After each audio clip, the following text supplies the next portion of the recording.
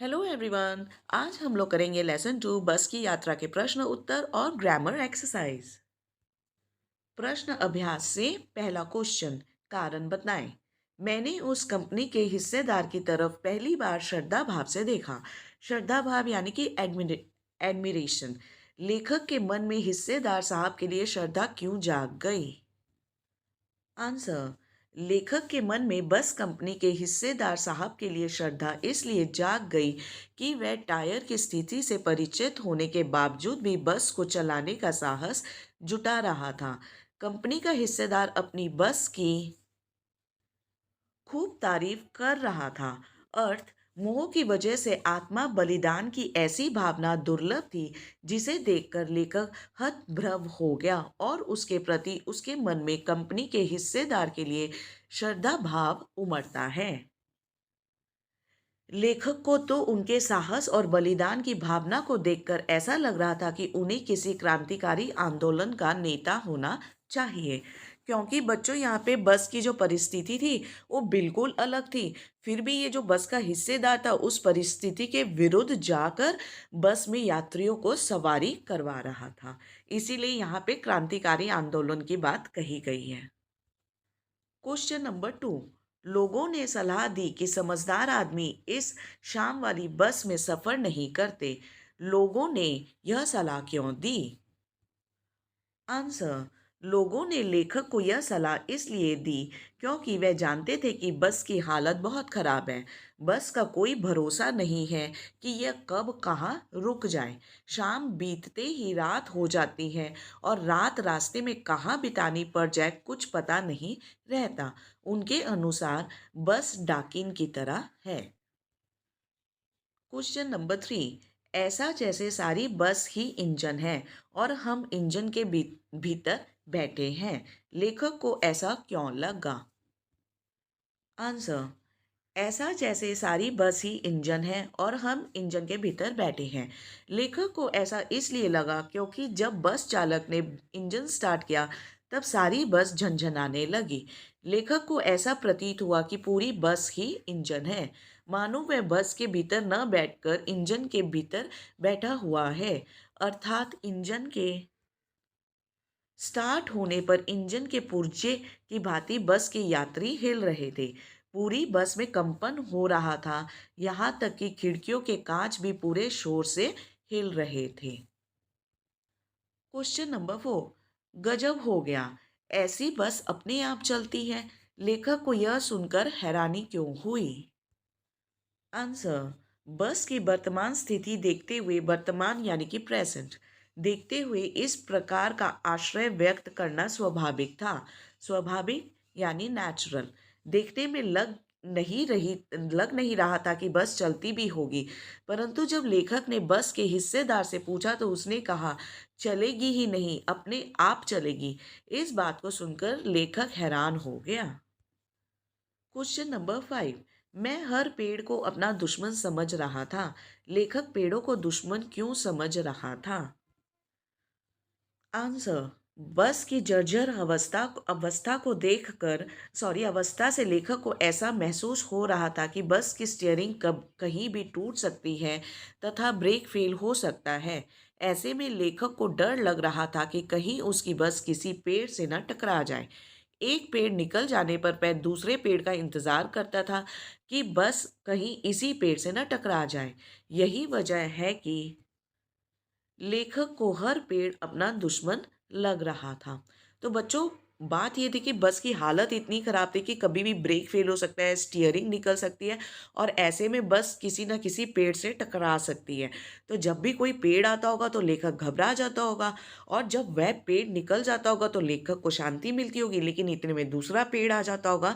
तो इसीलिए बस की ऐसी हालत थी, लेकिन यहाँ पर तो लेखक को पेड़ ही गुनहगार या दुश्मन लग रहा था। अब हम करेंगे पाठ से आगे। सविनय अवज्ञा आंदोलन किसके नेतृत्व में, किस उद्देश्य से तथा कब हुआ था? इतिहास की उपलब्ध पुस्तकों के आधार पर लिखिए। आंसर। सविनय अवज्ञा आंदोलन महात्मा गांधी के नेतृत्व में 1930 में अंग्रेजी सरकार से असहयोग करने तथा पूर्ण स्वाधीनता प्राप्त करने के लिए किया गया था। भारतीय समाज वैसे भी गरीबी में दिन बिता रहा था। वह मुश्किल से नमक रोटी खाकर गुजारा कर रहे थे। अंग्रेजी सरकार ने नमक पर भी टैक्स लगा दिया। तब इससे नाराज होकर गांधी जी ने 12 मार्च 1930 को दांडी मार्च करके नमक कानून को तोड़ा। यानी कि सिविल डिसोबीडियंस मूवमेंट, कि हम ब्रिटिशर्स लोग की कोई भी लॉ को नहीं मानेंगे। सविनय अवज्ञा का उपयोग व्यंग्यकार ने किस रूप में किया है? लिखिए। व्यंग्यकार यानी व्यंग करने वाला, टॉन्ट कसने वाला। आंसर। सविनय अवज्ञा आंदोलन 1930 में सरकारी आदेशों का पालन न करने के लिए किया था। इसमें अंग्रेजी सरकार के साथ सहयोग न करने की भावना थी। लेखक ने सविनय अवज्ञा का उपयोग बस के संदर्भ में किया है।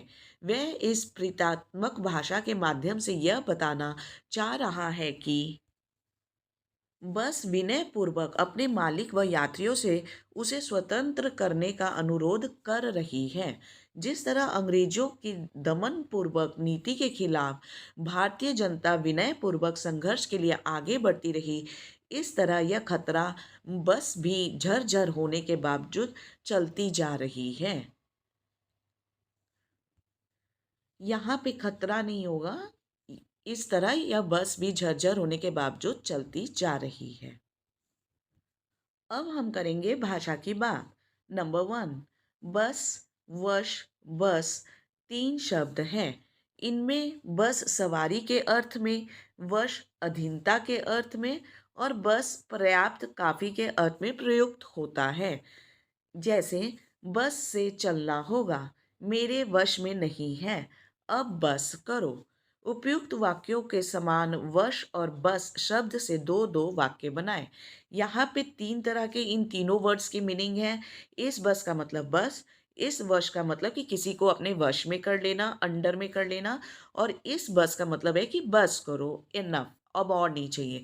तो हमें 2 शब्दों से वो ये सेंटेंसेस बनाना है, वश और बस। तो चलिए हम बनाते हैं। वश। आजकल के बच्चों को समझाना सबके वश की बात नहीं। वश। भगवान की करनी मनुष्य के वश में नहीं। वश यानी कंट्रोल।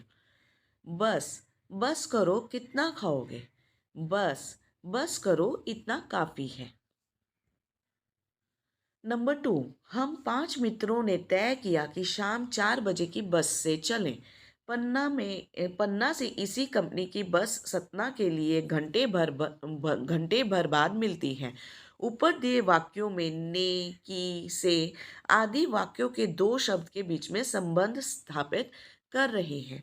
ऐसे शब्दों को कारक कहते हैं। इसी तरह 2 वाक्यों को एक साथ जोड़ने के लिए की का प्रयोग होता है। कहानी में से दोनों प्रकार के 4 वाक्यों को चुनिए।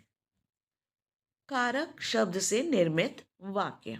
यह समझ में नहीं आता कि सीट पर हम बैठे हैं या सीट हम पर बैठी है। यहाँ पे की हुआ कारक शब्द। नई नवेली बसों से ज़्यादा विश्वसनीय है। यह बस पूजा के योग्य है। बस कंपनी के एक हिस्सेदार भी उसी बस में जा रहे थे। क्वेश्चन नंबर 3, हम फौरन खिड़की से दूर सरक गए। चांदनी में रास्ता टटोलकर वह रेंग रही थी। दिए गए वाक्य में आई, सरकना, सरकना और रेंगना जैसी क्रियाओं के 2 प्रकार की गतियां दर्शाती हैं। ऐसी कुछ और क्रियाएं एकत्र कीजिए जो गति के लिए प्रयुक्त हो, जैसे घूमना इत्यादि। उन्हें वाक्यों में प्रयोग कीजिए। उत्तर। टहलना। दादाजी को टहलना अच्छा लगता है। चलना। चलना सेहत के लिए बहुत लाभदायक है। नंबर 4, कांच बहुत कम बचे थे। जो बचे थे उनसे हमें बचना था। इस वाक्य में बच शब्द को 2 तरह से प्रयोग किया गया है। एक शेष के अर्थ में और दूसरा सुरक्षा के अर्थ में। यानी ये मतलब पहला बचे क्या थे कि बहुत कम बचे थे, मतलब ख़त्म होने से बचे थे। और दूसरा बचे में क्या है कि हमें खुद को सेव करना है। नीचे दिए गए शब्दों को वाक्यों में प्रयोग करके देखिए। ध्यान रहे, एक ही शब्द वाक्य में 2 बार आना चाहिए और शब्दों के अर्थ में कुछ बदलाव होना चाहिए। तो कौन से 2 शब्द से हमें वाक्य बनाना है? एक तो जल और दूसरा हार। जल से हमने बनाया, मीना गरम जल से बुरी तरह जल गई। पहला जल हुआ पानी और दूसरा जल हुआ कि बर्न हो गई। हार, यह प्रतियोगिता के इस पड़ाव में जिसकी जीत होगी उसे मोतियों का हार मिलेगा और जिसकी हार होगी वह प्रतियोगिता के बाहर हो जाएगा। यहाँ पे हार का मतलब है माला और यहाँ पे हार का मतलब है कि हार जाना, लूज कर जाना कंपटीशन। नंबर 5, बोलचाल में प्रचलित अंग्रेजी शब्द। फर्स्ट क्लास में 2 शब्द हैं, फर्स्ट और क्लास।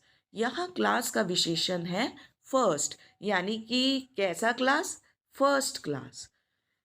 चूंकि फर्स्ट संख्या है, फर्स्ट क्लास संख्यावाचक विशेषण का उदाहरण है।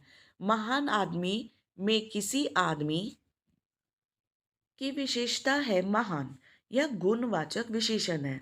संख्यावाचक विशेषण और गुणवाचक विशेषण के दो दो उदाहरण खोजकर लिखिए। संख्यावाचक विशेषण 4, 8, 10। गुणवाचक विशेषण, गुणवाचक का मतलब होता है क्वालिटी। चांदनी रात, कैसी रात? चांदनी रात। समझदार आदमी, कैसा आदमी? समझदार आदमी। So guys, this was your lesson 2. For more lessons, subscribe to our channel and also do not forget to like and share this video. Thank you very much everyone. Bye bye.